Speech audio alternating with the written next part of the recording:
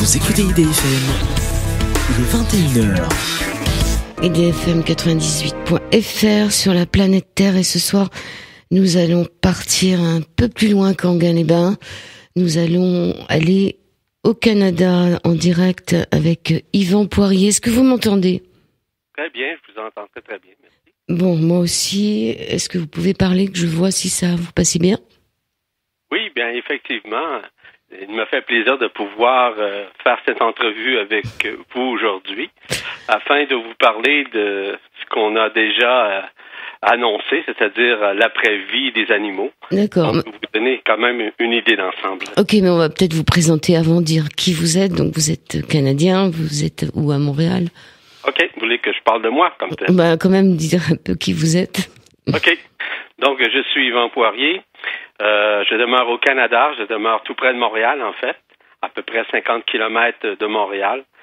J'œuvre actuellement en tant que conférencier international et aussi tout ce qui est matière, on pourrait dire en multidimensionnalité, c'est-à-dire d'expliquer les mécanismes qui sous-tendent la vie intérieure de chaque être humain.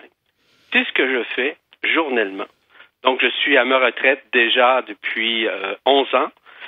J'ai travaillé pour le gouvernement fédéral pendant plus de 35 ans et le gouvernement fédéral dans le sens de l'Agence du revenu du Canada et aussi avec d'autres ministères fédéraux. Donc aujourd'hui, je consacre mon temps justement à œuvrer au sein justement de tout ce qui est relatif, si vous voulez, à la vie intérieure. Donc pour moi, c'est quelque chose qui me passionne abondamment. Et j'ai déjà plusieurs conférences internationales de donner, plus de 150 conférences, en plus des ateliers que j'ai donnés, et aussi auteur de plusieurs livres, notamment le dernier qui s'appelle La reconnaissance, une question de respect. Donc, grosso modo, là, je vous brosse un tableau. Finalement, je pourrais dire, ça fait plus de 50 ans que je me conscientise à savoir l'invisible en moi, la compréhension, etc.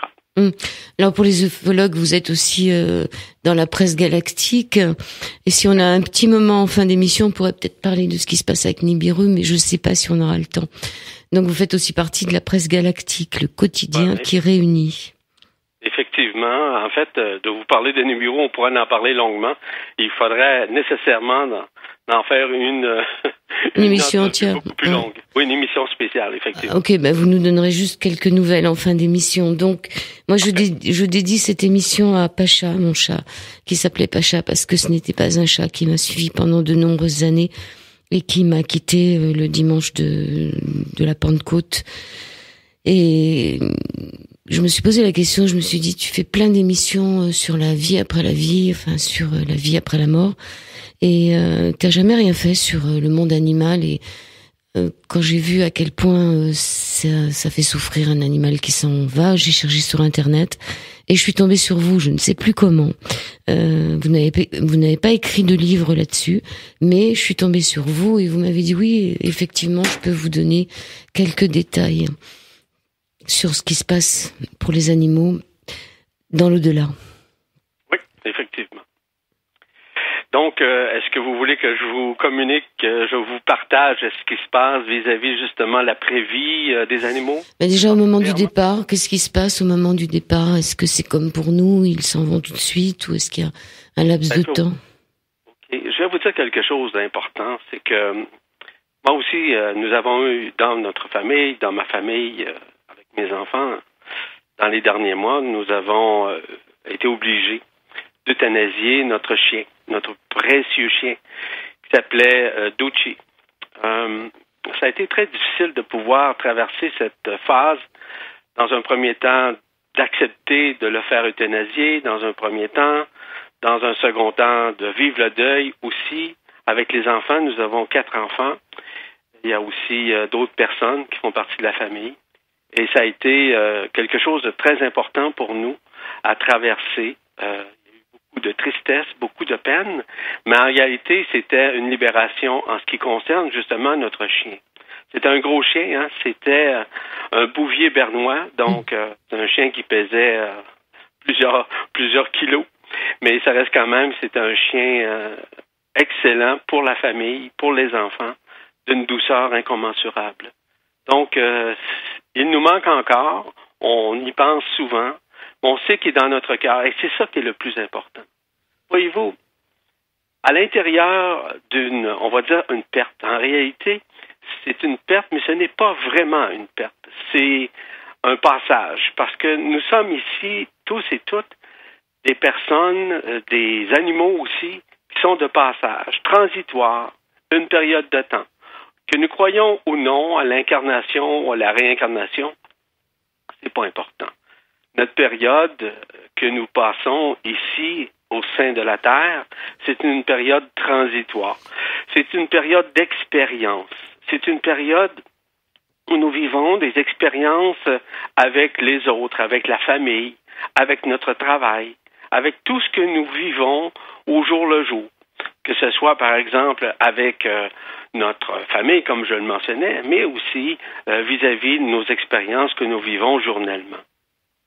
Voyez-vous, initialement, Joël, nous sommes des êtres originaires de la source. La source, certains vont l'appeler Dieu, une divinité, peu importe. La source, c'est la création même de ce qui nous sommes éternellement. Nous sommes issus justement de la lumière. Nous sommes des composantes prismatiques infinies de cette lumière. Nos origines physiques, évidemment, et humaines, ont été créées à partir de Sirius, par exemple. Il y a eu des maîtres généticiens qui nous ont permis de nous créer. Nous avons été accompagnés lors de la création. Je parle très bien du phénomène physique. Sur un autre plan, sur des plans dimensionnels et multidimensionnels, nous sommes des êtres au-delà de la forme que nous portons dans le corps physique, dans ce corps carboné. Nous sommes des êtres d'une autre, on pourrait dire, de d'autres espaces, de d'autres origines.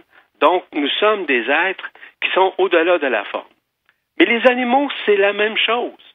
Sauf que les animaux portent également une âme. La très grande majorité, c'est une âme collective, tandis que nous, les êtres humains, nous avons une âme individuelle. Cependant, il y a des animaux qui ont une âme individuelle, et ça existe. Regardons les animaux en général. En général, les animaux sont collectifs. En général, ils ont toujours les mêmes habitudes, les mêmes attitudes. Ça, c'est tout à fait normal.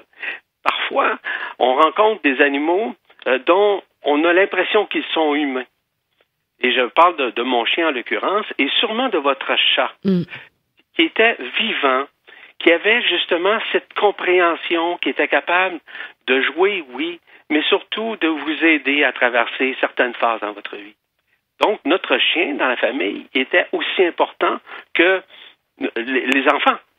Ben, ça n'a rien à voir à savoir qu'il y en a un qui est plus important ou l'autre.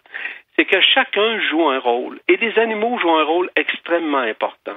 Et plus particulièrement sur le plan physique, mais aussi sur le plan psychologique. Parce qu'ils nous aident abondamment à traverser cette vie. Parfois, lorsqu'on est triste, parfois, lorsqu'on est heureux. Ces animaux-là se réjouissent. Ils sont ici, tout comme nous, par sacrifice. Ils sont ici pour nous accompagner à vivre cette transition qui n'est pas toujours évidente. Mais leur rôle d'accompagnant, c'est surtout de nous faire vivre justement des situations avec plus de douceur, avec plus, disons, plus d'alignement dans notre vie. Donc, tout est interrelié. Lorsque nous sommes avec les animaux, il y a des moments, comme je le disais tout à l'heure, des moments de tristesse, des moments de joie, des moments de plaisir, mais surtout des moments de plaisir. Et ces moments de plaisir-là nous ramènent toujours à vivre l'instant présent. Parce que, voyez-vous, ça, c'est une très grande force de la part des animaux. On parle des chats, des chiens et d'autres animaux également. C'est de vivre le moment présent. Et lorsque nous observons les animaux, ils vivent le moment présent, plus que nous. Pourquoi? Puis je vous donne un exemple très simple. Vous savez, vers 16 heures en fin d'après-midi, lorsque les filles, par exemple, mes deux jeunes filles, une de 8 ans et de 10 ans, arrivaient de l'école ou arrivent de l'école, le chien était toujours là à les attendre pour les accueillir. Et c'était la même chose pour d'autres activités que nous avions en semaine ou lors des week-ends. Donc, c'est comme ça. Ils sont très, très proches. Et je peux vous dire une chose, que les animaux sont très évolués, contrairement à ce que beaucoup de personnes pensent. L'évolution, pour moi, ça représente l'intériorité de l'animal et surtout son amour inconditionnel qu'il porte à nos égards. Cet amour-là nous relie, nous permet de comprendre et nous avons à apprendre énormément vis-à-vis des animaux, vis-à-vis leur façon d'agir, de réagir inconditionnellement à nos égards, à nous apporter justement cet accompagnement et peu importe que nous le grognions, peu importe que nous ayons à lui dire au chien ou au chat qui n'a pas été fin, il nous en voudra pas. Il ne sera pas, par exemple, à se venger sur nous, au contraire. Donc, il est inconditionnel. Et c'est ça que je retiens plus particulièrement des animaux. Parce que les animaux retournent à leurs endroits d'origine, lorsqu'ils meurent.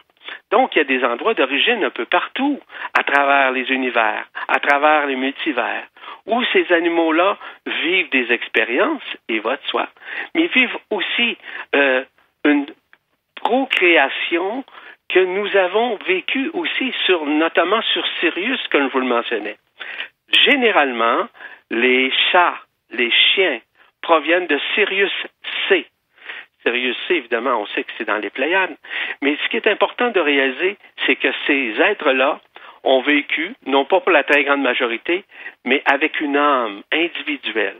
Je sais fondamentalement que notre chien, Ducci, avait une âme individuelle.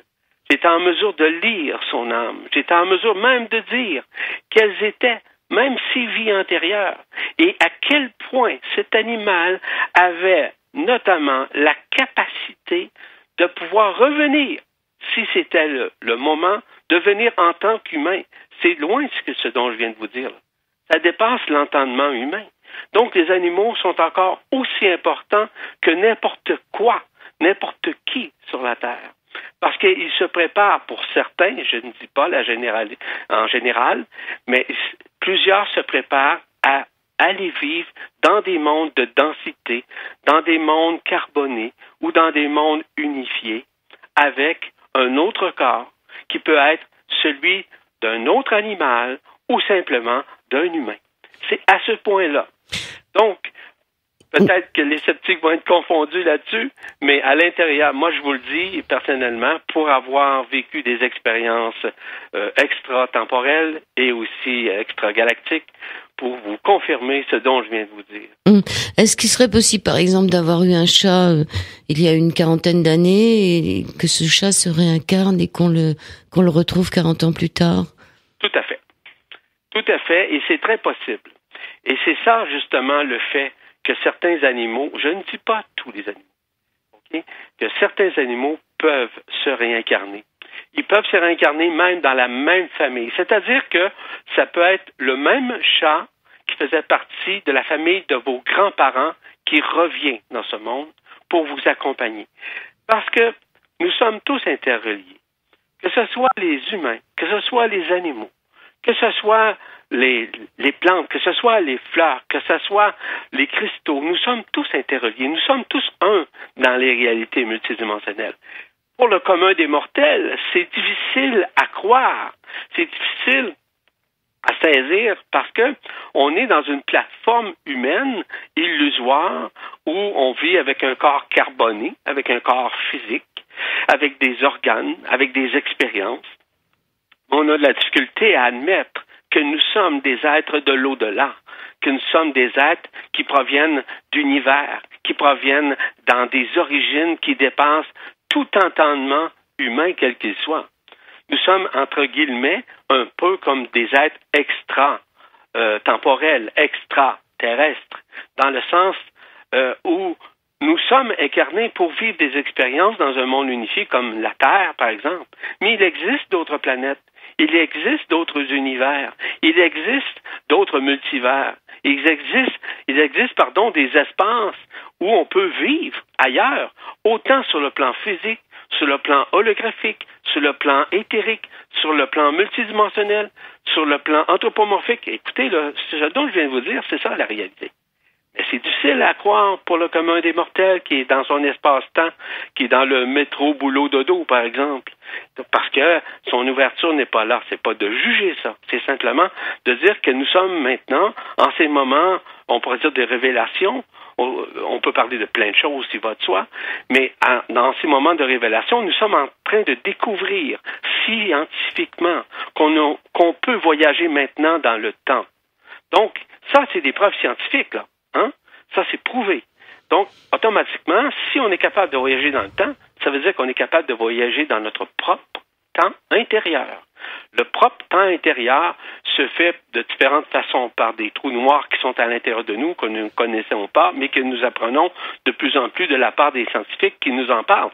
On parle de la NASA, par exemple, qui nous parle beaucoup plus de découvertes extraordinaires vis-à-vis l'espace-temps, vis-à-vis le temps, vis-à-vis les voyages dans le temps. Écoutez, si on regarde aujourd'hui les reportages, si on regarde les documentaires, un peu partout, on voit ça. Donc, les animaux, du fait qu'ils sont partie intégrante, on pourrait dire, de notre monde avec nous-mêmes, peuvent le faire également, au même titre. Mais c'est pas la même conscience, allez me dire. Mais il y a des animaux qui ont plus de conscience que certains êtres humains. C'est ça. La question que je me pose, on a vu qu'il y avait énormément d'animaux qui mouraient en grande quantité, que ce soit au bord des plages, des oiseaux qui tombent du ciel et tout. Vous avez une réponse à ça? Absolument, absolument. Dans un premier temps, est-ce qu'on est d'accord ensemble pour dire qu'il y a des changements climatiques, c'est de l'inédit? Oui, on est d'accord.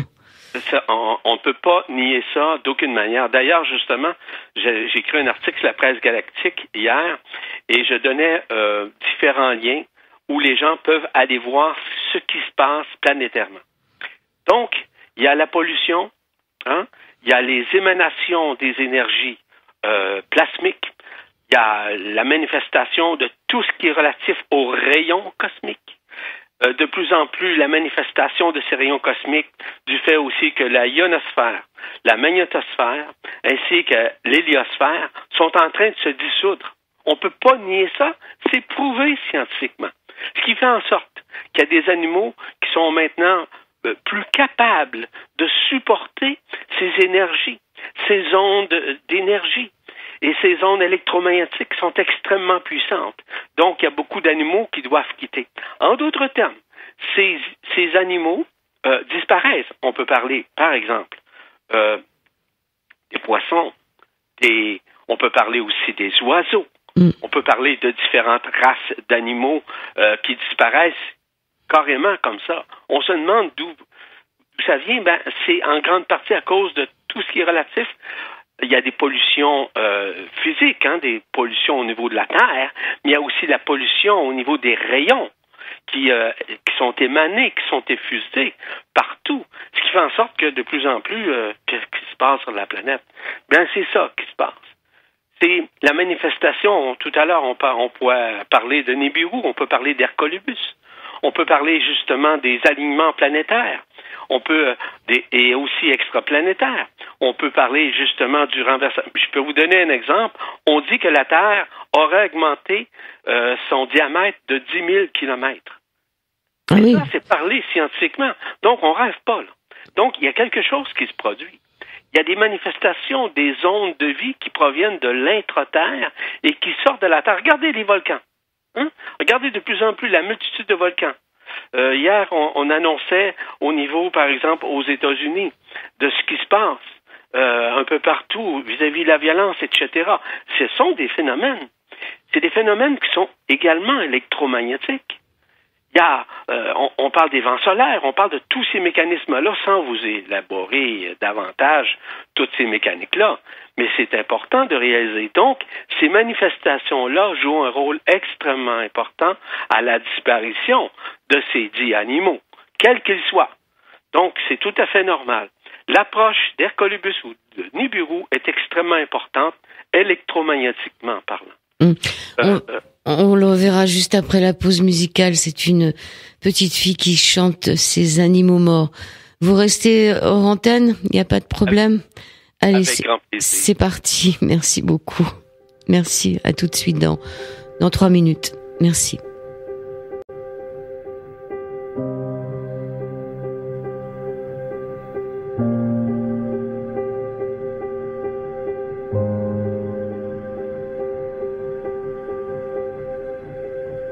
Je me remémore mes animaux morts. Je les aimais d'amour, mes animaux morts. Je me remémore mes animaux morts. Je les aimais d'amour, mes animaux morts. Quand j'étais tout petit, on a eu plein de perruches et puis elles sont mortes. On les a mises dans la poubelle.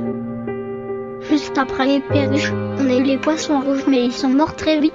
Ça manquait d'oxygène, c'était un petit peu triste avec le ventre à l'envers. L'eau était sale et c'est peut-être ça qui les a tués. Après, j'ai eu tout un tas de cochons d'âne mais ils duraient pas longtemps dans leur petite cage en fer. Quelquefois c'était drôle dans la roue en plastique mais la plupart du temps, il n'y a rien de rien. Exactement pareil pour les tortues d'eau. Elles devaient bien se faire chier dans leur boîte en plastoc. Le vendeur m'avait dit qu'elles devaient bien grandir dans leur carapace molle. Sont finies par pourrir. Pareil pour les tortues de terrain plus dur, momifiées, dans la boîte à chaussures. Je me remémore mes animaux morts. Je les aimais d'amour, mes animaux morts. Je me remémore mes animaux morts. Je les aimais d'amour, mes animaux morts. Et puis des petites souris, on en est plusieurs. Elles mouraient très vite, on n'a jamais su de quoi. Et puis un autre jour, on nous a offert un chien, un caniche nain. Il s'appelait Popol. Par rapport aux autres bêtes, ça a duré très longtemps, très résistant. On l'a eu pendant 15 ans. À la fin, trop affreux, il est devenu aveugle. Il se cognait dans les portes. Triste spectacle. Déportés de petits chats, on est des tonnes. Il a fallu les tuer. On pouvait pas tous les garder dans une boîte avec de l'éther. Ils ont pas beaucoup souffert, mais ça faisait mal au cœur. C'est mignon les petits chats. Enfin, on a eu des tonnes d'autres animaux, mais ils étaient déjà morts, achetés au supermarché. Tranches de porc, poulets ou muscles de vache, et les crabes vivants, on les jetait dans l'eau bouillante. Oui, je me remémore mes animaux morts, je les aimais d'amour. Mes animaux morts, oui, je me remémore mes animaux morts, je les aimais d'amour. Mes animaux morts, je les aimais d'amour. Mes animaux morts, je les aimais d'amour. Mes animaux morts.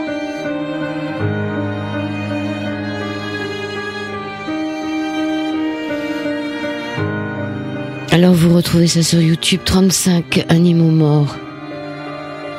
C'est la deuxième partie de l'émission et on va retrouver Yvan Poirier qui est toujours là. Toujours. Je sais pas si vous avez entendu la chanson parce que souvent les... Oui, bah c'est bien.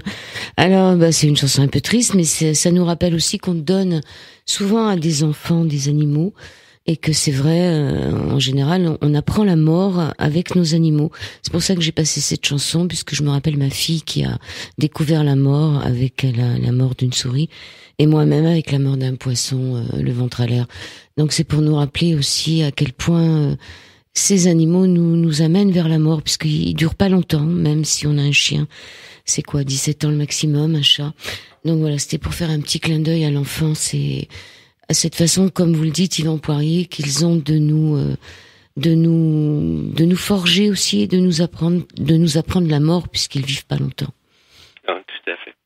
Ce que je trouve intéressant, je vais vous raconter quelque chose par rapport à mes enfants lorsqu'on a fait euthanasie. Vous allez comprendre le lien. Lorsqu'on a fait euthanasier notre chien, il y a déjà quelques mois de ça, c'est assez particulier. Avant de quitter, évidemment, nos enfants ne nous ont pas accompagnés pour aller à la clinique pour faire cet exercice qui n'est pas tout à fait plaisant, mais ça reste quand même que ça devait se faire. C'est que à partir du moment où nous étions à la clinique, à partir du moment où la piqûre a été faite, il était à 11h20 précisément, et croyez-le ou non, okay? Lorsque on était de retour, okay, nos enfants nous ont dit qu'ils ont senti la piqûre du chien à 11h20. Croyez-le ou non. Donc, ça veut dire quoi? C'est la connexion intrinsèque que nous avons avec l'âme de l'animal avec l'âme de chacun des individus qui habitent la maison. C'est ce que nous avons vécu véritablement. On n'a rien inventé. Et comme j'ai certaines capacités suprasensorielles, j'ai annoncé à mon épouse, lorsqu'on était de retour, qu'elle aurait un clin d'œil à un moment donné de notre vie. Donc, nous avons un lac et elle est allée se baigner. Elle a eu l'impression de voir le chien apparaître dans un nuage. La même journée, là. Pas le surlendemain, la même journée. Voyez-vous, c'est des choses qui sont possibles, qui paraissent, on va dire, ésotériques, qui paraissent peut-être, je veux dire, invraisemblables. Mais en réalité, ce sont des réalités qui se passent dans une communion que nous avons avec des animaux. Et pour moi, une communion, c'est un contact intime avec l'âme, avec cet être qui a vécu avec nous, mais qui est maintenu dans nos cœurs, parce que l'animal est dans notre cœur, tout comme nous étions dans son cœur. Donc, à un moment donné, il y a un travail qui se fait intérieur de communication. C'est pas de la télépathie, c'est un lien que nous avons avec l'animal. Donc, on rêve pas. Ce sont des réalités qui se manifestent. Donc, ça, c'est un exemple. Et je pourrais vous en donner plusieurs exemples que nous avons vécus. Nous, on a 2 chats à la maison. Les 2 chats sont extraordinaires. Ils nous sentent, ils nous hument, ils nous accompagnent. Et vous savez, je vous donne un exemple par rapport aux chats. Ça, c'est un exemple très simple. Vous savez une chose, vous avez remarqué que les chats vont toujours s'asseoir ou se coucher dans des endroits où nous avons passé. Ça peut être un fauteuil, ça peut être un lit, ça peut être... Savez-vous pourquoi? C'est très simple. C'est que l'animal succube bien inconsciemment à travers son corps éthérique toutes les énergies dites négatives pour pouvoir par la suite les évacuer par ses voies naturelles. Et ça, c'est une vérité. Et ça fait partie justement de... C'est prouvé, encore une fois, scientifiquement. On en parle beaucoup, d'ailleurs, sur les plans avec les animaux. Je pourrais vous en parler abondamment des animaux lorsqu'on va, par exemple, avec les baleines. Je vous donne un exemple très simple. Je suis allé ici, au Canada, nous avons un endroit pas loin de la Gaspésie, on appelle ça le fjord, et on peut aller faire des balades en bateau pour aller voir nager les baleines, par exemple. Et à ce moment-là, je vous parle, ça fait longtemps de ça, c'est en 1995, je crois.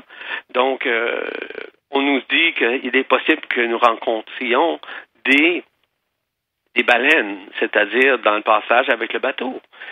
Mais on était supposé d'en rencontrer 1 ou 2, mais finalement, il y en a 11 qui se sont pointés alentour du bateau. C'était jamais vu. Ils ressentent l'amour, ils ressentent la vibration. Ce sont les gardiens des océans, les baleines. Pour vous donner un exemple, je pourrais vous donner des exemples vis-à-vis les dauphins. Les dauphins qui aident abondamment les enfants qui sont autistes, les enfants qui sont malades, même les adultes, même les gens comme vous et moi. Lorsqu'on nage avec, par exemple, avec un dauphin, on peut leur demander, ils ont une fréquence, une vibration au-delà de la forme. Pourtant, ce sont des animaux. Mais en réalité, ils ne sont pas des animaux. Ce sont des êtres pour nous accompagner. Mais encore une fois, évidemment qu'avec le scepticisme de certains êtres humains, il est très difficile d'aborder ce genre de conversation, comme vous savez. Et vous me donnez, évidemment, le privilège d'en parler un peu. Oui, donc, des animaux, je pourrais vous en parler, là. Écoutez, pendant... Oui, là, j'ai entendu qu'il y avait aussi des soins avec les éléphantes. J'ai vu ça semble assez spectaculaire. Alors, justement, vous avez 2 chats. Donc, moi aussi, j'avais 2 chats, j'en ai plus qu'un. Et la deuxième, celle qui est restée, ne l'a pas vu mort. Et qu'est-ce qui se passe pour celui qui reste? Parce que je veux dire, elle était aussi très déprimée. Et qu'est-ce qui se passe? Est-ce qu'ils ont conscience de la mort et de la mort de l'autre? Oui, ils ont la conscience de la mort. Pas la conscience dans le sens que nous connaissons, nous. C'est une conscience qui est une interrelation, si vous voulez, avec le monde des animaux, notamment des chats. Donc, il y a des endroits planétairement. Il y a des planètes de chats. Il y a des planètes de chiens. Il y a des endroits. Donc, à ce moment-là, ça, dans différents univers, dans différents multivers, dans différentes densités, ça existe. Donc, il y a un contact avec l'âme collective de l'animal qui est décédé. Donc, votre chat, qui est, entre guillemets, comme vous dites, un peu déprimé, à quelque part, il est en contact avec l'autre chat. Comment il s'appelait votre chat encore? Pacha. Mais alors, ce qui m'étonne, c'est que quand même, elle s'appelle Kali, la femelle. J'ai l'impression qu'elle le voit traîner encore dans la maison. Et j'ai une amie à qui ça fait la même chose, c'est-à-dire que le chat qui est parti est toujours là. Tout à fait. C'est ce qu'on appelle le corps éthérique du chat. Le corps physique est décédé. Le corps éthérique se maintient. Puis là, je vous donne l'exemple des gens qui sont décédés. On va les appeler les trépassés, on va les appeler, si vous voulez, les fantômes, peu importe. Beaucoup de fantômes. Ce qui arrive, c'est que beaucoup de personnes qui décèdent, je vous donne un exemple, vous allez comprendre. Beaucoup de personnes décident nécessairement de rester en tant que guide, en tant que guide spirituel pour leurs enfants, pour leurs parents même, pour certains, pour leurs conjoints, leurs conjointes, pour leurs amis. C'est ce qu'on appelle des guides spirituels. On ne parle pas d'anges à ce moment-là. Donc, ces êtres-là se sacrifient pour pouvoir rester et accompagner les êtres humains. Il y a aussi des animaux qui le font pour d'autres animaux et même pour certains humains. Et ces êtres-là décident simplement avec leur corps éthérique. Le corps éthérique, c'est une copie conforme du corps physique, mais beaucoup plus vaporeux. Vous comprenez la nuance? Donc, c'est comme ça que ça fonctionne. Donc, oui, il est très possible de la présence de l'autre chat qui est décédé avec son corps éthérique pour accompagner l'autre chat, mais l'autre, ça lui plaît pas du tout. Celle qui est en vie, ça lui plaît pas du tout. C'est très possible de ressentir cette vibration-là. Donc, à quelque part, son corps éthérique de l'autre chat était peut-être aussi trop chargé, trop lourd pour pouvoir ascensionner dans son monde amique, dans le monde où il provenait. C'est une autre possibilité. Voyez-vous, il y a différentes possibilités dans l'incarnation et aussi dans l'excarnation. L'excarnation, c'est sortir du corps et de pouvoir se manifester et de pouvoir retourner à l'origine. Donc, à l'âme collective comme telle. Donc, il y a plein de choses comme ça qu'on peut apprendre vis-à-vis l'incarnation et l'excarnation des animaux.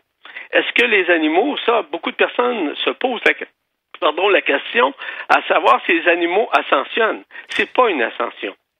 Oui, c'est la question que je me pose, c'est si c'est moi qui veux qu'il reste là. C'est-à-dire si quelque part je l'emprisonne, parce que c'est la même chose pour une amie qui est dans le même cas que moi.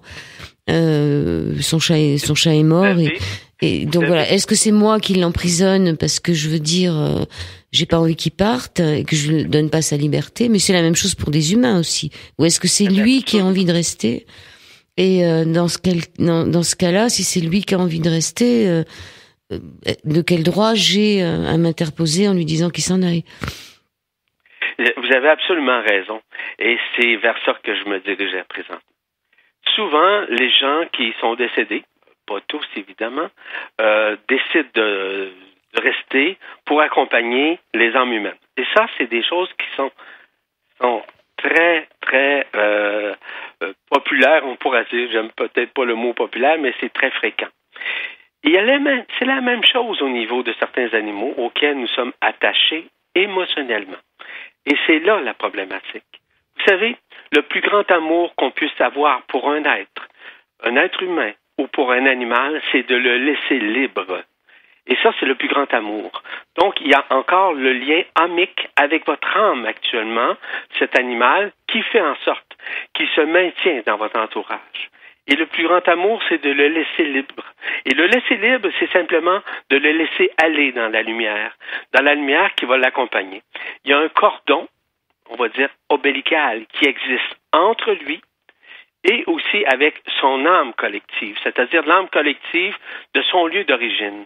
À ce moment-là, l'animal va se manifester, va prendre ce canal pour pouvoir retourner à son âme d'origine ou à l'âme collective de son origine en tant que telle. Or donc, il est possible qu'émotivement, vous soyez trop attaché. Voyez-vous, nous ici, je vous donne, si vous permettez, nous ici, pour notre chien, on s'est libéré de tout ce que nous avions comme attachement. Certaines photos que nous avons gardées, mais pas plus. Pourquoi? Tout ce qui était matière, tout ce qui était matériel, tout ce qui était collier, tout ce qui était, peu importe, on s'en est débarrassé, non pas parce qu'on voulait pas avoir notre chien, mais on voulait le laisser libre, partir, vivre sa quittance d'une façon inconditionnelle. C'est comme ça qu'on pensait. C'est comme ça que je pense aussi. Et c'est comme ça que mon épouse et mes enfants pensent de la même façon. Donc, c'était la même façon. C'est ce que j'ai fait. J'ai libéré tout ce qui lui appartenait, etc. Émotivement, vous êtes encore attaché, je pense. Je ne sais pas, parce que je veux dire, je suis tout à fait d'accord pour qu'il aille dans la lumière. Mais la deuxième question était de savoir si lui n'a pas envie d'y aller, de quel droit je vais lui dire file. De quel droit? Voilà, je veux dire, parce qu'il est là, il est encore là par moment. Je veux dire, ma chatte le voit, je sais qu'il est là, donc c'est compliqué, mais bon, on n'aura peut-être pas la réponse ce soir. Vous savez, c'est comme ces guérisseurs qui vous disent, oh là là, je vois que vous avez des entités autour de vous, je vais vous les retirer, etc. Mais quelquefois, ça peut être pas forcément négatif. Je sais pas si vous comprenez ce que je veux dire. Oui. C'est trop facile de dire on vous retire des gens là, il faut tous les envoyer dans la lumière. Ok, mais de quel droit si quelqu'un s'accroche ou tout du moins si le chat veut pas partir. Enfin voilà, c'est difficile comme question, mais on n'aura peut-être pas la réponse. Oui, mais faut regarder un autre aspect. C'était le chat. Le chat là, ce chat vous a choisi.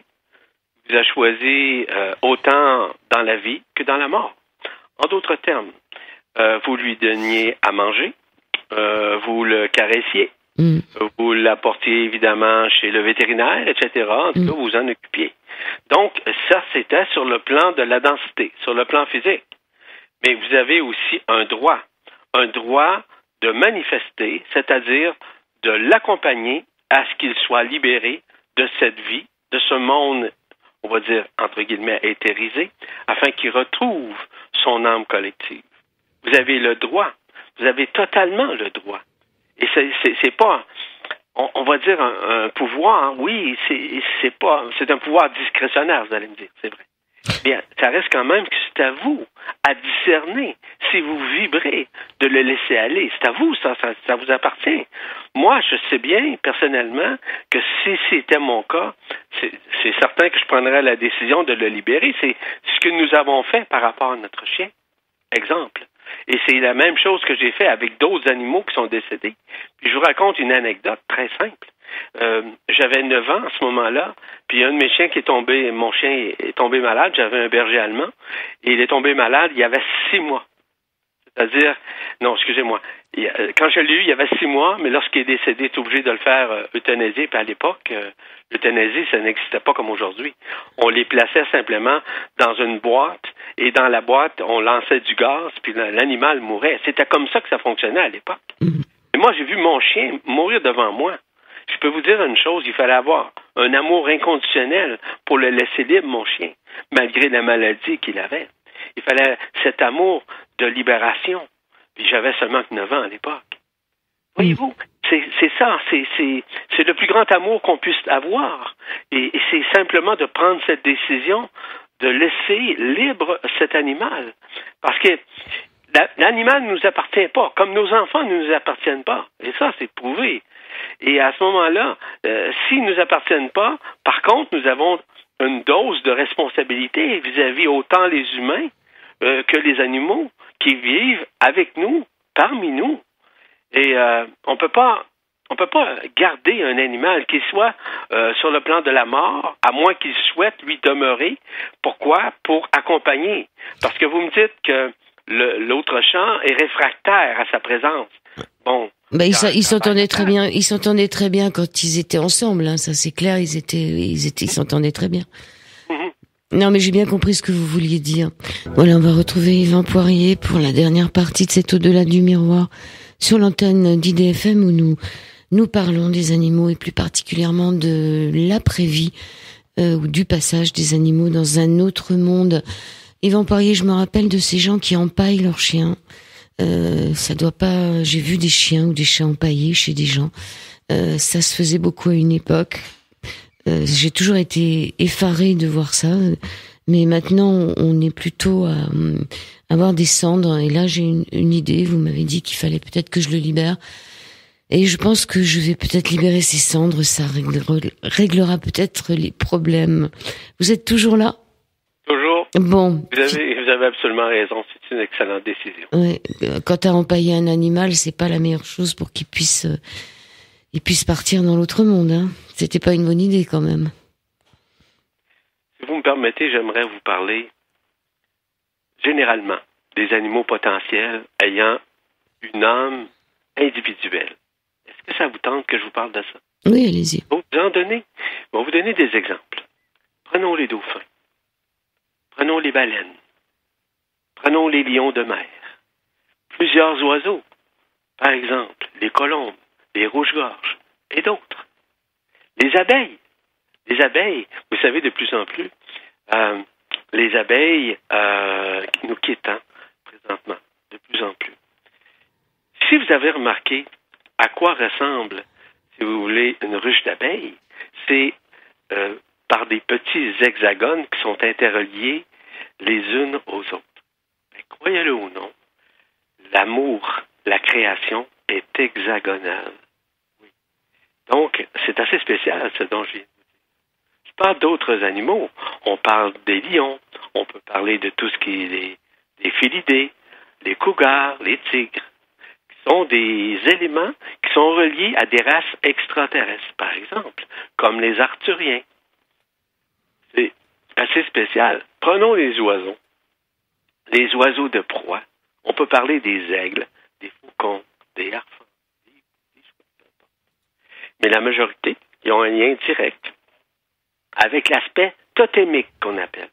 Vous savez, les totems qu'on retrouve, par exemple, dans différentes régions. Ici au Canada, on a encore beaucoup de totems dans les lieux où ce qu'on appelle les Indiens, en l'occurrence. Donc, il y a les animaux totems. Donc, on retrouve souvent des aigles. On retrouve souvent de ces êtres-là. Il y a aussi les chevaux. Les chevaux jouent un rôle très important sur la planète, tout comme les éléphants.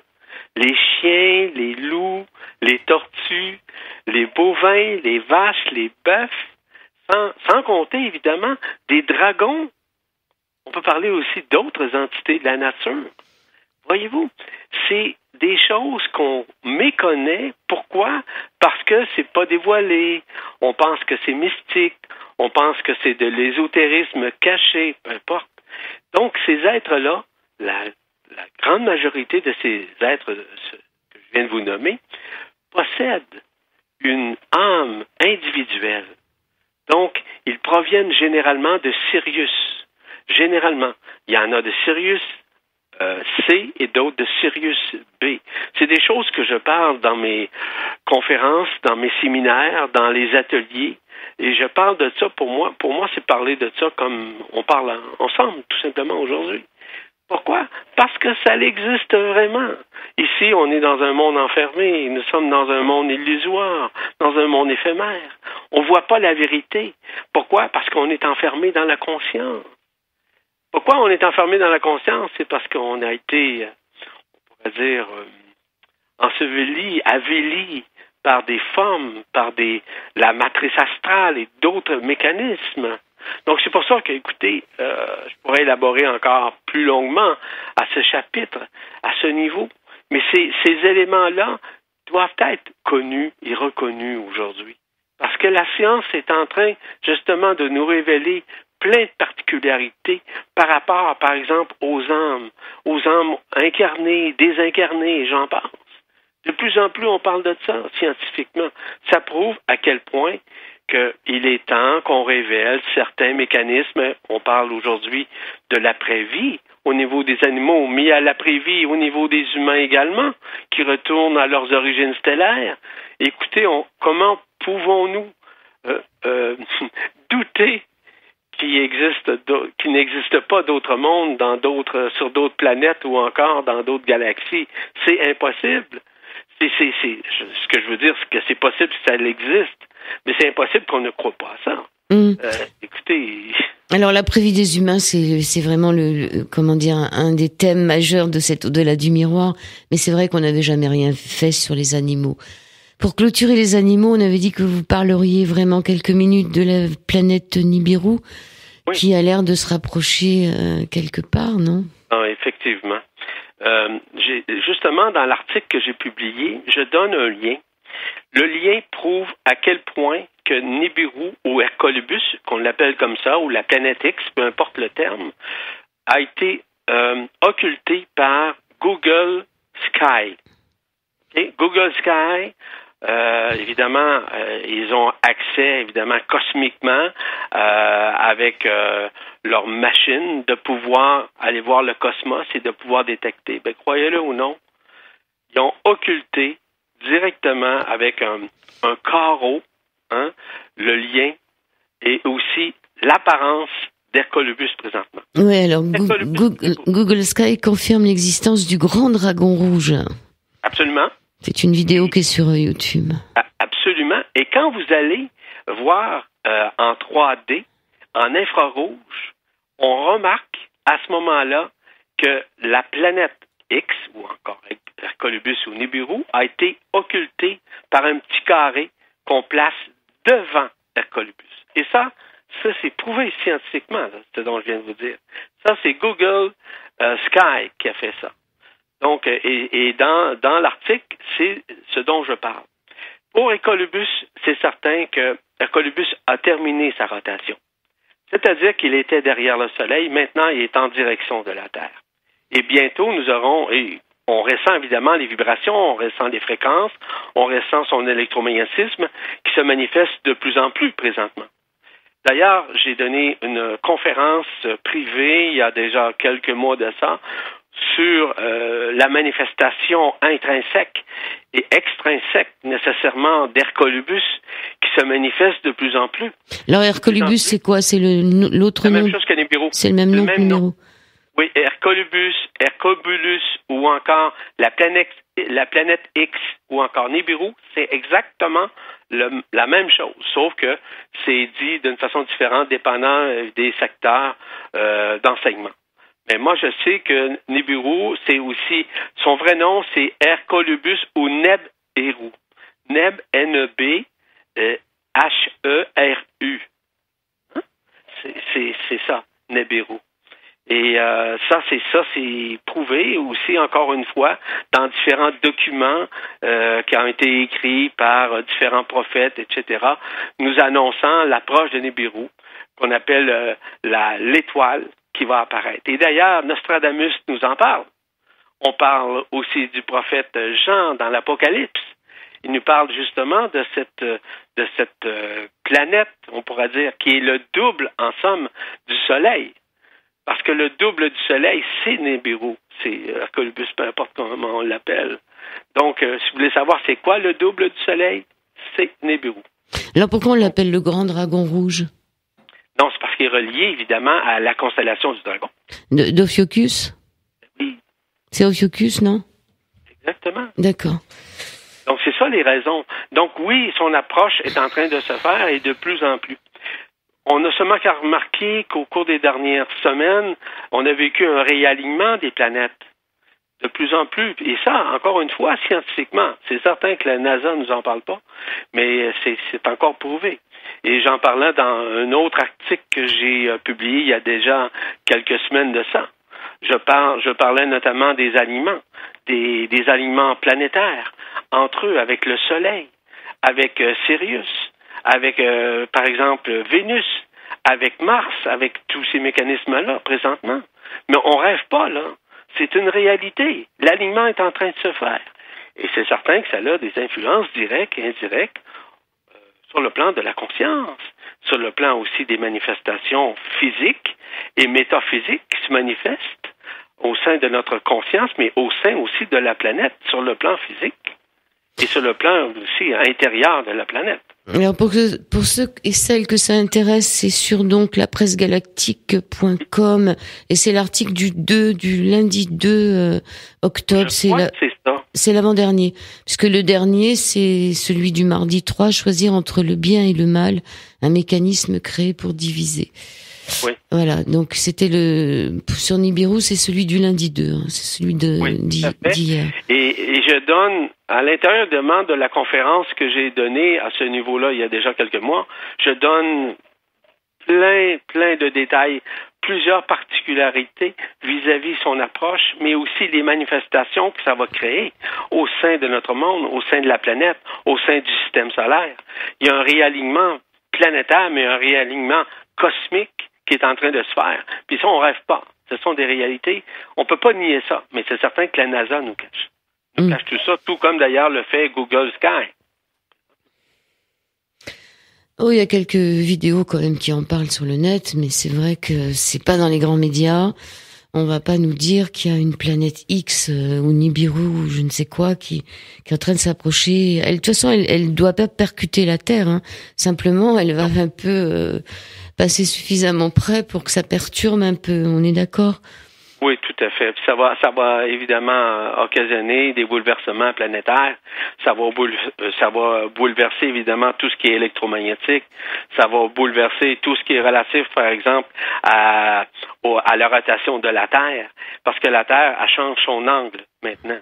Il y a une manifestation qui se fait également. Donc, écoutez, ce ne sont pas des rêveries, ce sont des réalités qui se présentent devant nous et on ne peut les nier.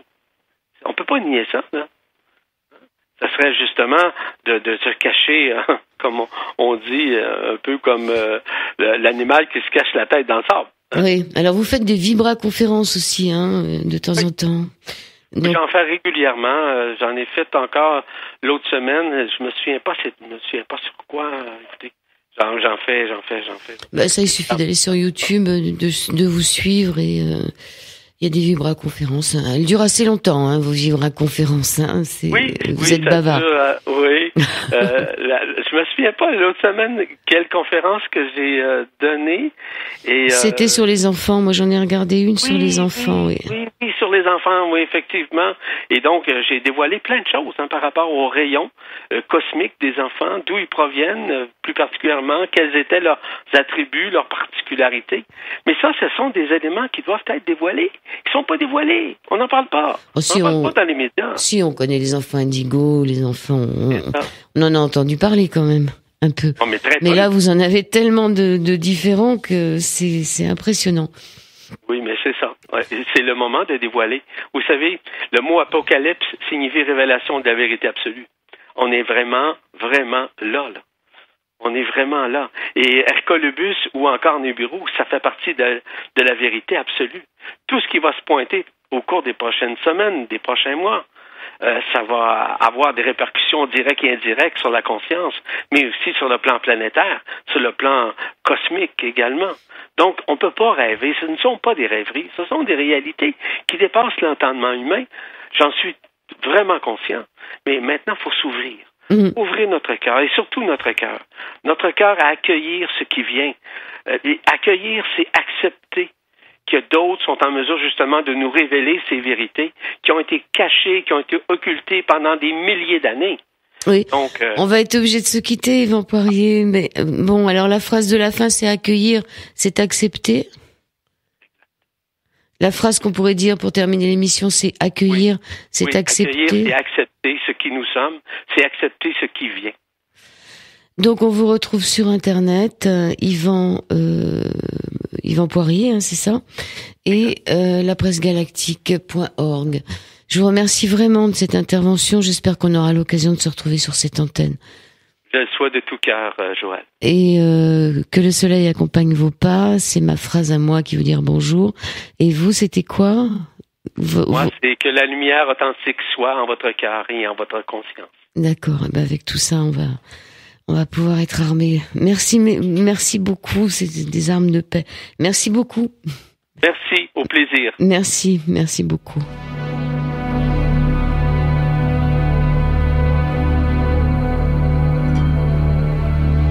sur les 98 MHz de la bande FM, chargez-vous en ondes positives.